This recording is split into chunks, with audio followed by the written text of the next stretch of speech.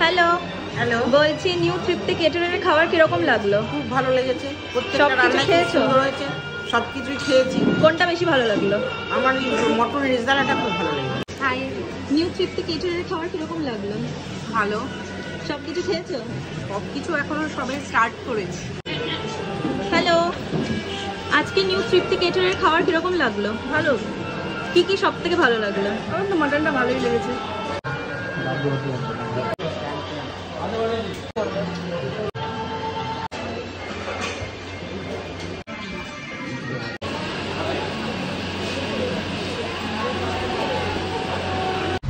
আমরা প্রথমেই ওনারের সাথে একটু কথা বলে নিই। নমস্কার দাদা, আপনার নাম কি? আমার নাম হচ্ছে অনুপ সাহা। আচ্ছা, তা আপনারা কি সব ধরনেরই ইভেন্ট করেন? হ্যাঁ, আমাদের ইভেন্ট আমরা সব জায়গায় করি।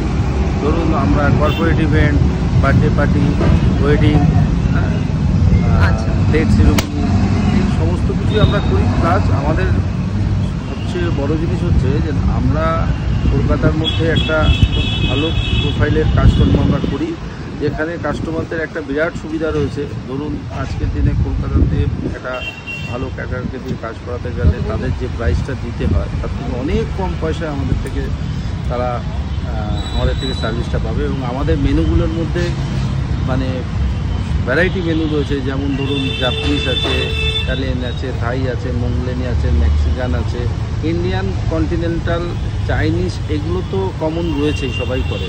তো আমাদের ওর মধ্যেও ভ্যারাইটি প্রচুর মেনু আছে যেগুলো আমরা প্রোভাইড করতে পারি।